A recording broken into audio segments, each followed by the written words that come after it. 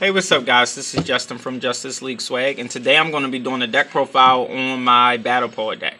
So, starting off is Battle Poet Talking. He's the buddy because this is the go-to ride that you want to always play. Playing the other guy, what was his name? Speaking is not the optimal ride because you want to deal as much damage as possible, and Talking's ability allows you to do a lot of damage. So, pitch a card that gains +2 crit and 5,000 power for the turn. So, first up, buddy card at 4. This ability can only be used once per turn, once per card. So, a new card that we just got, Shouting. I'm running at 4. Shouting gives you an alternative to just depending on hyper energy, because the deck used to be solely dependent on hyper energy with not a lot of outs to gain engage other than resupply complete. So now with this and resupply complete, you can get there with gauge a lot faster. Plus, when you place this card on the field, souls from your cards cannot be removed. So if you place the impact in the soul, not only can your item not be destroyed, your opponent can't remove the soul from it. So sometimes you want to call this card, and you may have to call duplicates. That's why I'm not buddying, thinking anymore. Yes. So next, we were shouting, now we're speaking. Speaking is in the deck at 4 just because it's a ride, and Hero World can be very inconsistent if you don't run multiple rides, because that basically will make you super dependent on Call Super Machine. So the only reason why this is still in the deck is because there's not an alternative ride card. Plus, this card can be field removal for cards that can be removed on your opponent's side of the field. But this meta is so fast, a lot of times you don't want to focus on removal. You actually want to go with damage. So, I mean, when Thunder Empire can deal you like 20 damage on one turn, you kind of need to kill them as fast as possible. Alright. Following. 4 of Thinking. Thinking's at 4 because he could give any Battle Poet on your field double attack, including himself.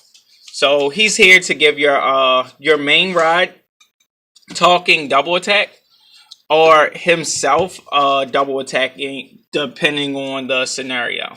But ideally you want to give double attack to Talking. That's it for my size 3s. Next up, size 0 line. I'm running 4. Reporting. This card helps you from being out-resourced. You pitch it in order to draw a card. So while you're using the ability of your Battle Poets, it doesn't really penalize you if you pitch Reporting. Plus, when you call them to the field, you can place a Battle Poet from your drop zone in the soul of a card on your field. So ideally, you will place the impact from your drop zone into the soul of your own ride unit to give all of your Battle Poets on the field +1 critical and 2,000 power and defense. Next up for size 0s, Suburb. Bird Deity Suburb. We're only running it at 2. The deck used to be completely dependent on this card, and life breaking to play it is not as much as more. With the new unit Shouting, you don't have to worry about losing because of being out damaged, because you can actually ramp up a lot of gauge and life by discarding Shouting. So, Cyber isn't as necessary for winnings as it used to be, especially with Jackknife Kaizurion being a thing. So, since you have alternative win conditions now, you don't have to max that card. Lastly, for size 0s, I'm running 3, Professor Minjo. His ability is really good because he could give you 2 gauge if you have 4 different cards in your drop zones, and it's really easy to get to the 8 mark, which nets you 2 gauge and you draw a card. So for 1 damage. So if you can actually get to 12 different cards in drop zone, you'll get 2 gauge, draw a card, and you get to search your deck for any card you want and add it to hand. So that could be really busted because you could grab Hyper Energy, you could grab Jackknife Kaizurion, you can grab your buddy, you could grab whatever you need for the situation. So Minjo, really good. plus like having alternative ways to gauge in this deck is like ideal. Next up, Call Super Machine. We're running at 4. It's staple. You can search out Hyper Energy, search out your buddy, or search out Jackknife Kazarian and anything else that you may need.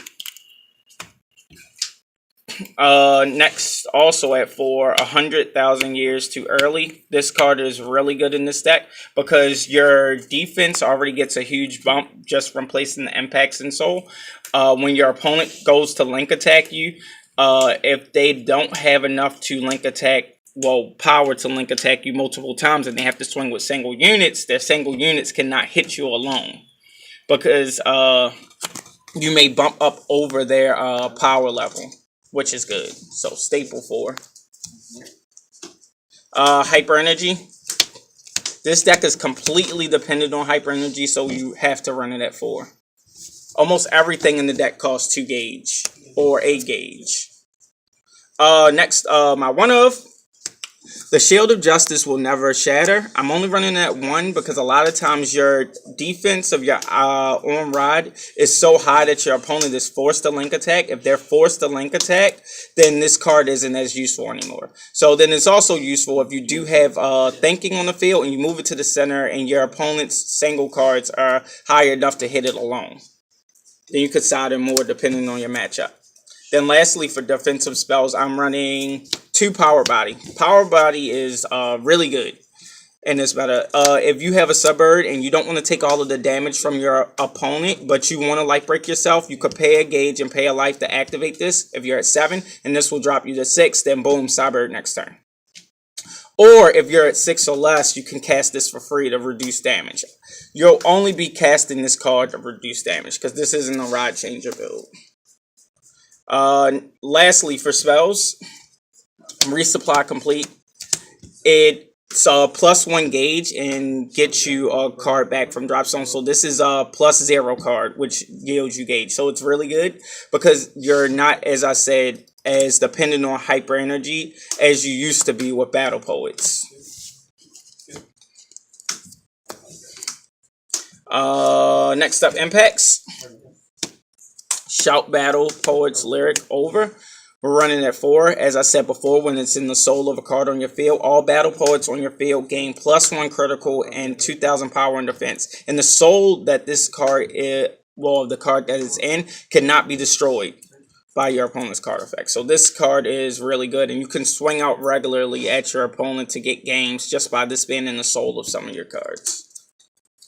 If you get lucky, you could top deck it into thinking off the top of your deck. Then lastly, for impacts, Jackknife Kazarian. This card has really opened up a lot of moves and mechanics for a lot of Brave Machine decks. I'm only running it at 2 because you can search it, and it's 2 gauge.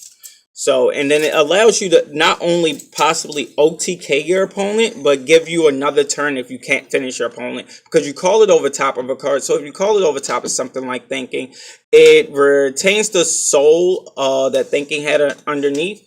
And it has move and soul guard. So it can move to the center for you to take 3 hits if you had Thinking. Anything else, it would be just 1 soul guard.